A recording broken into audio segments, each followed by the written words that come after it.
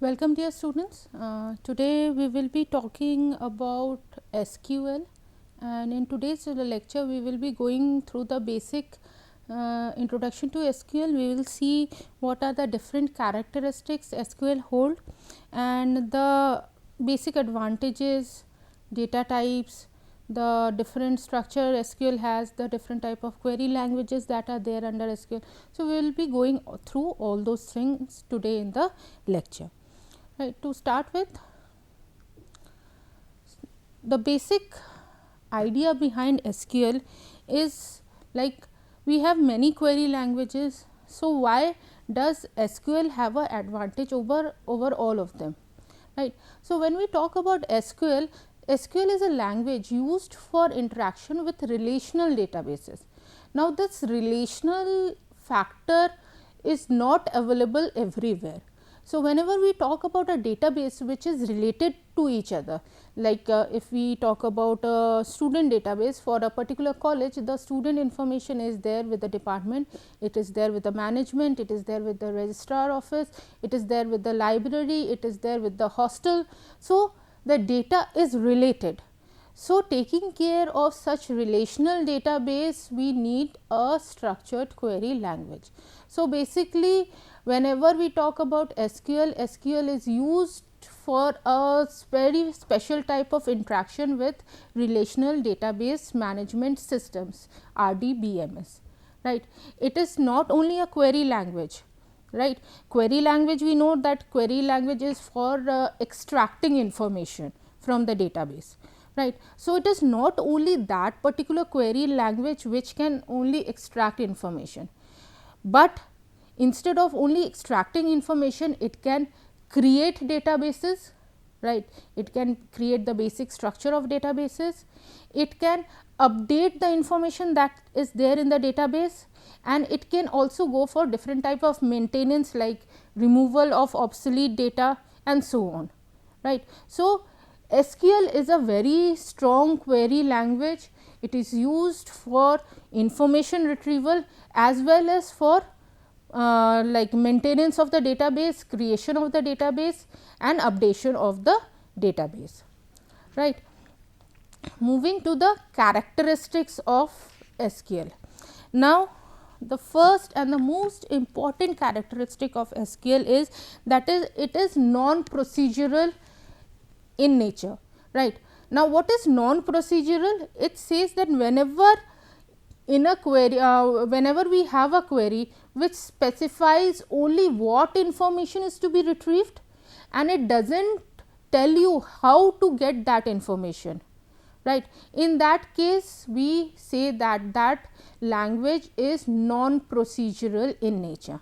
It is telling us only how to what to extract, and it is not helping us or giving us any information on how to extract that information, right. So, we can say it's a advantage also, because the user who is writing a query in SQL is not bothered about how the information is getting extracted, but yes, there are certain set of disadvantages also that are lined up when we talk about non-procedural languages, but most of those disadvantages are taken care of by the SQL or the servers that have SQL running on them, right.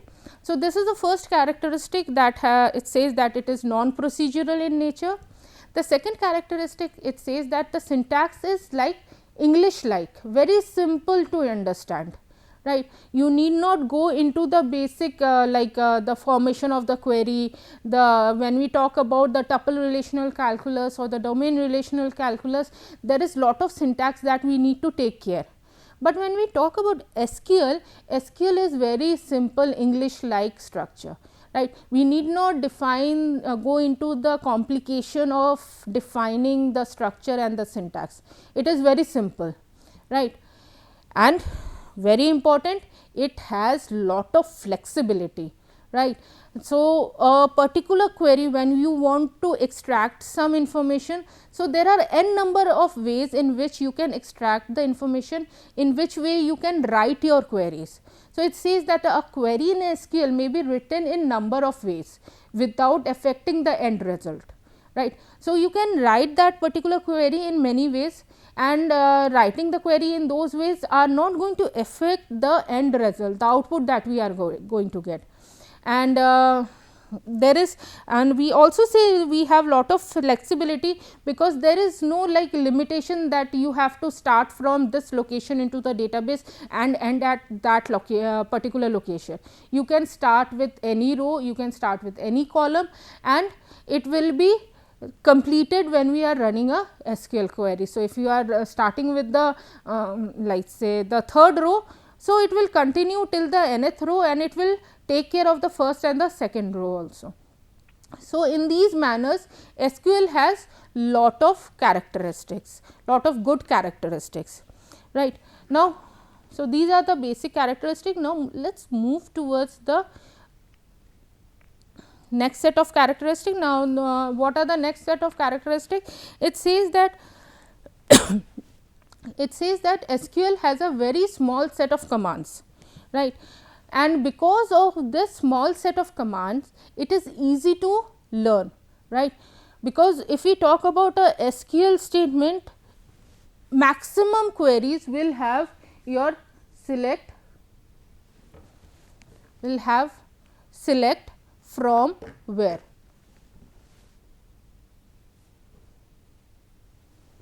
So, you can have the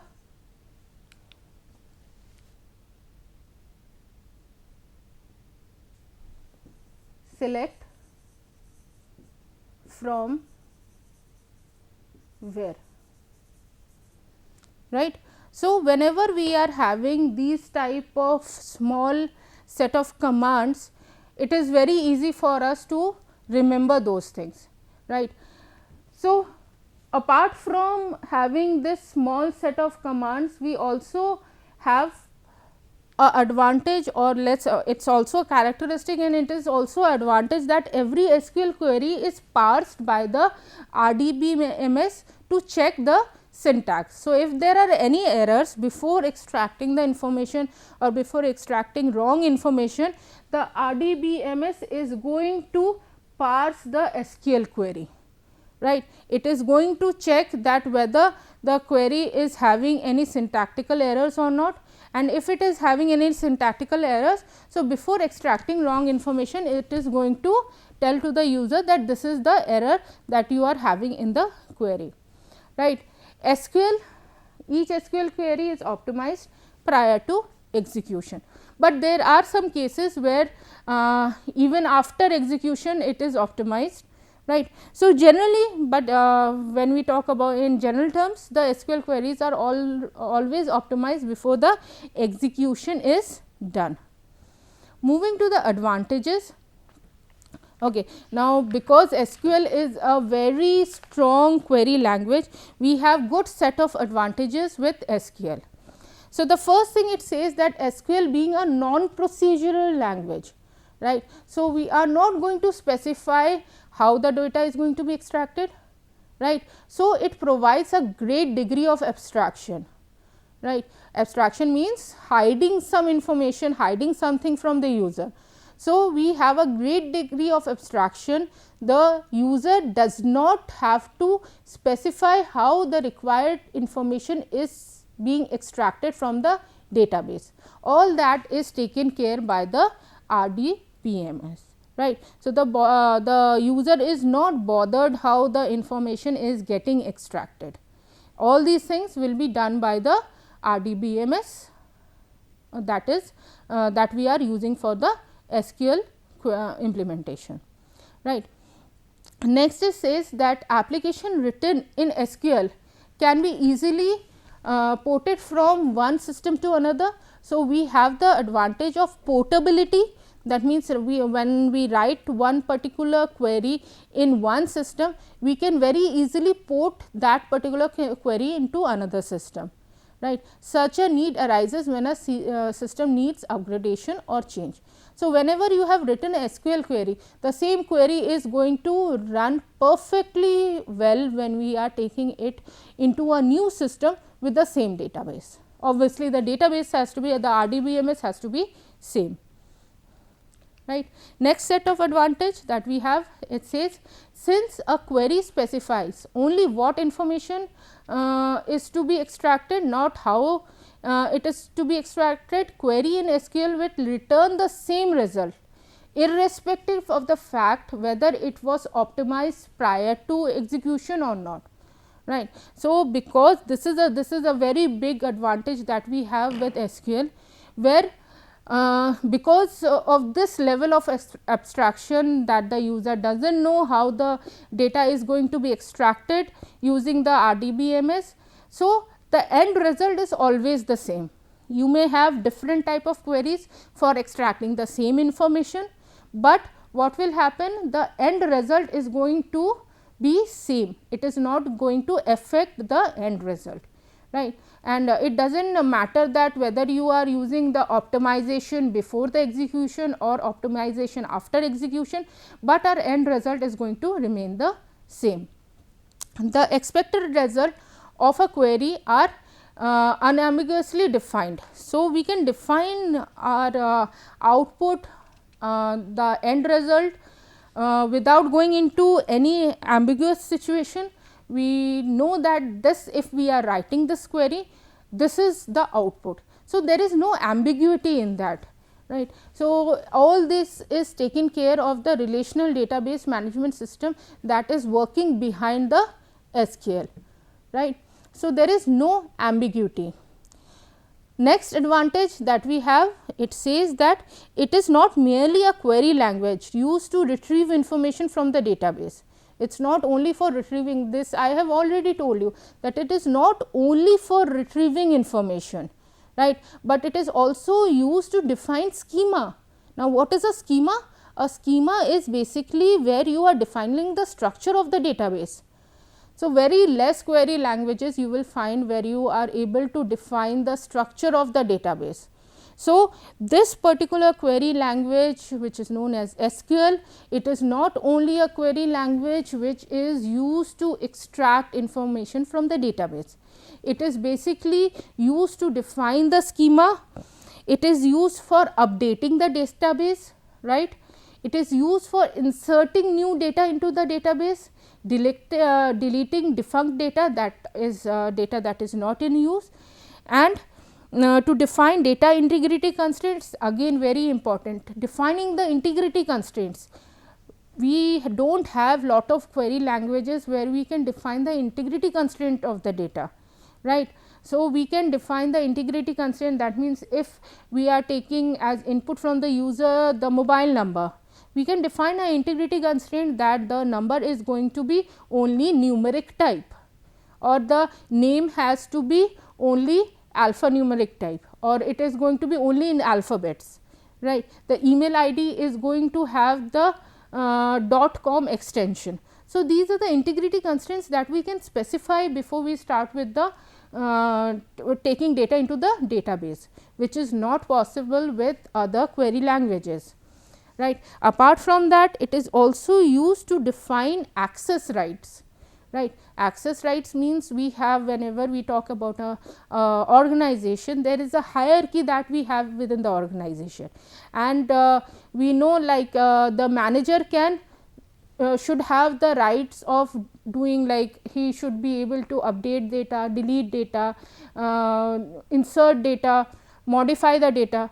A person at the team leader stage should have the access of updating information only about his team, viewing data, etc.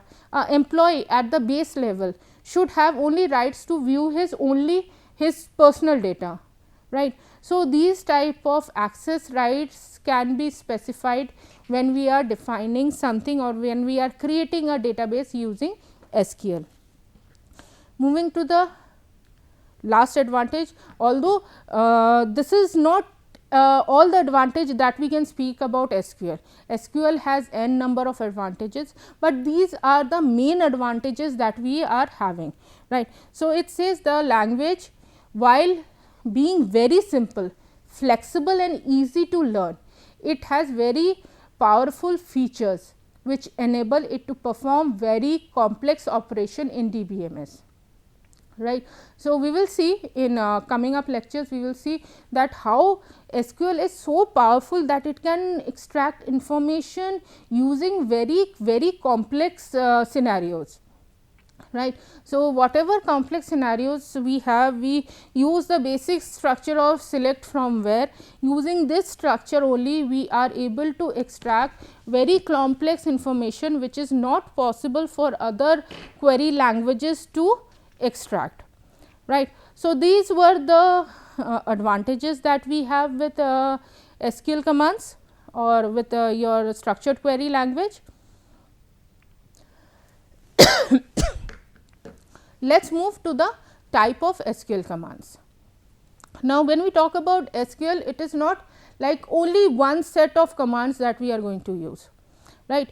SQL is a combination of many query languages. We have the DDL commands, we have the DML commands, then we have the data control commands, we have the administrative commands, the transaction commands. So, we have set of all these things. Right. So, the first and the most important command that we have in query languages, we have the first set, which is known as the data definition language DDL, which is used for creating your database. Right. The main use is creating of database. So, basically how do we talk about DDL? It is used for defining the database schema. Schema, I told you, is the structure of the database, that is to create, alter, drop tables, views and indices. So, basically when we talk about the structure of the database, the structure can be talked in terms of tables, we can have views, we can have indices that are created while we are creating our database. Right. So, when we talk about this, we can create tables, we can alter table means changing the structure of the table. We can drop the tables, drop means deleting the tables. Similarly, we can create views, we can drop views, we can create indices, we can drop indices and so on. So, this is the data definition language. Next set we have the data manipulation language, and this is where actually we play around with SQL for extracting information, for inserting information, for updating information and for deleting information from a particular table. We use the DML commands, and this is where we actually have lot of option to explore SQL and see how it works. Right. So, it says that the DML commands are used to maintain the information in the tables. Right. So, it can be a student table, it can be an employee table, it can be an organization table, any sort of table. Like and what are the commands that we have? If we talk about the main commands, we have three categories. We have the insert, update and the delete commands. Right. Under this we have lot of other commands, but these are categorized. Right. And we will go through the next set, which is known as the data query language. Now, in this data query language, we basically have this select command, which is used to extract information from the table. I have already told you we have the structure of select from where. Right. This is the basic structure. So, you can see when we are having the select, it says that select the list of attributes from the tables. Right. Right. So, select is basically used to extract the attributes from a particular table. Right. So, we can select any set of attributes or aggregate of attributes. We can have a combination of attributes also of the tables, which will be listed below. Right. From what? From the list of tables that are specified, from the list of tables, where this is the predicate, where we are going to put our condition, the predicate involving attributes of table listed above and literals. So, this is where we are going to define our predicate. Right. So, and this is a optional statement where we are using group by, and group by is done by attributes. Group by is done by set of attributes. So, we can say like select employee ID, employee name, right, from employee table, right, where salary is more than 25,000. So, this is the basic structure that we have for your SQL commands, your basically data query language. Okay. Moving to the other set of commands, we have your data control language DCL. Now, what is the work of DCL? These are security related commands. This is used for security purpose, right, which controls user access to database. Database administrator grants or revoked using privileges, right, by using grant and revoke commands. So, when we talk about the data control language, we mainly have the grant and the revoke commands, right, and this is done for security purpose, right. Coming to the next set, we have data administrative statements, which is known by the short form DAS, right. What is this? These are basically audit commands. These are used for auditing.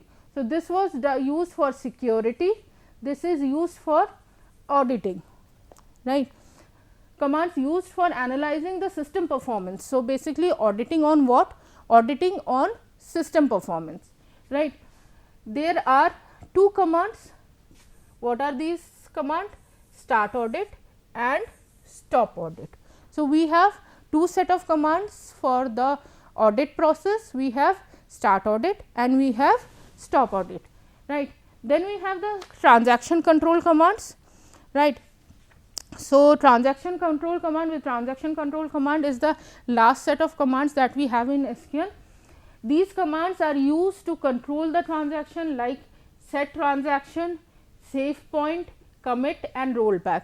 This is basically used when we are using a distributed structure, right, when our database is distributed at different points. Usually in those cases when transactions are taking place, so we need to monitor that the transactions are not overlapping, the transactions are not making changes into the integrity of the database.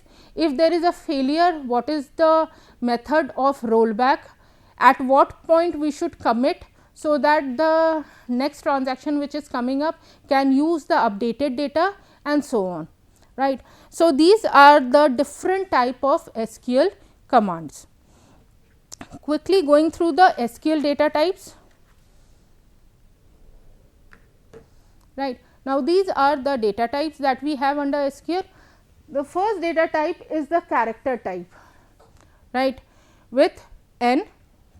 This represents a fixed length string of size n characters, right. So, it is, what is this n? This is a specifying the length of the string, right, in n characters. If we are specifying it as 10, that means the character has to be 10 bits long, right. So, where n is an integer which is greater than 0. Obviously, we cannot have a string that is not having any value.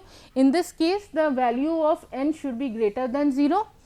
This is the short form which is actually used, right. This is the abbreviation which is used. Char n is the abbreviation, and when we are only using char, it means it is char 1. That means it will hold only one particular character, right, only one letter, right. So, this is what is your character n. Moving to the next set, character varying. Now, what is character varying? When we talk about character varying and we are specifying this variable n, that means we have a range from 1 till n.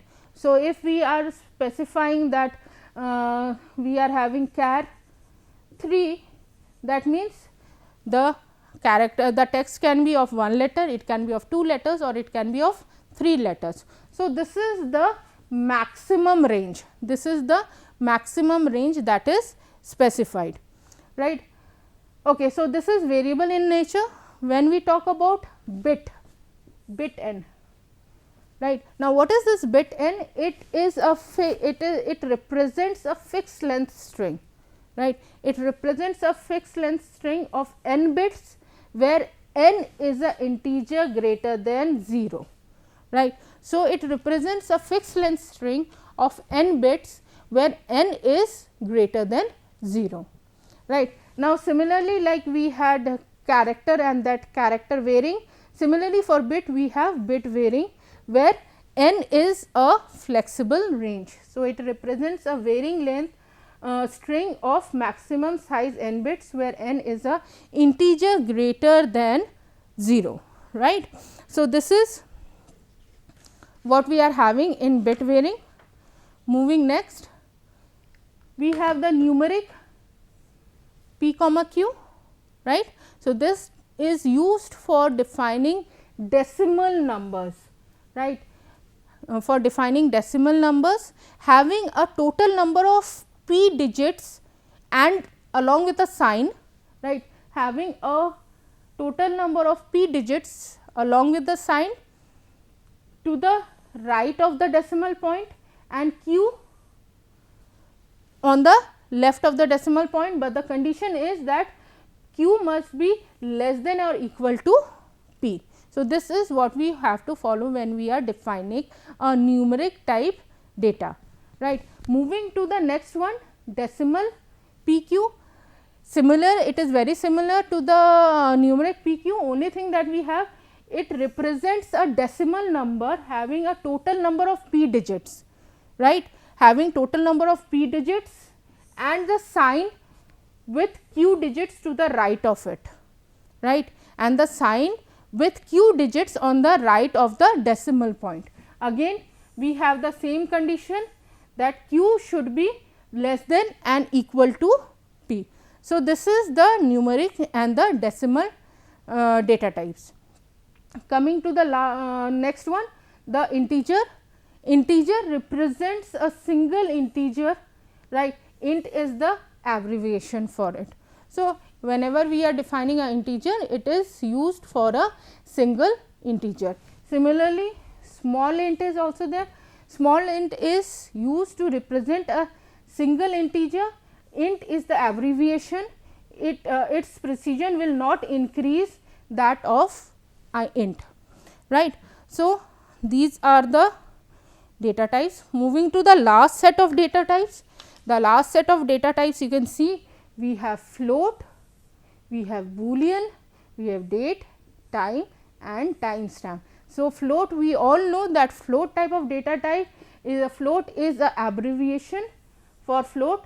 It is used for floating point numbers.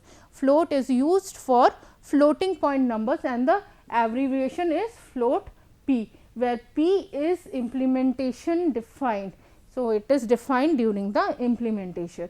Boolean, it can be assumed value of true and false. We all know that when we are using a boolean type data, it is either true or it is either false.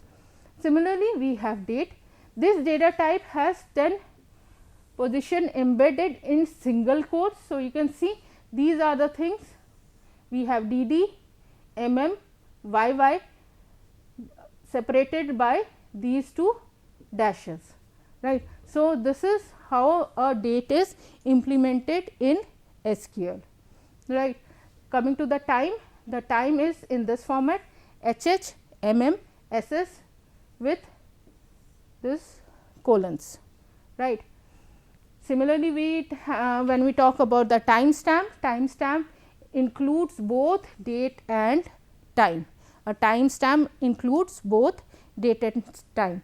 So, when we go through SQL in detail, we will see that how powerful the SQL, the structured query language is, and how we can implement it to solve very complex information retrieval related problems, and it can handle the relational database management system very well.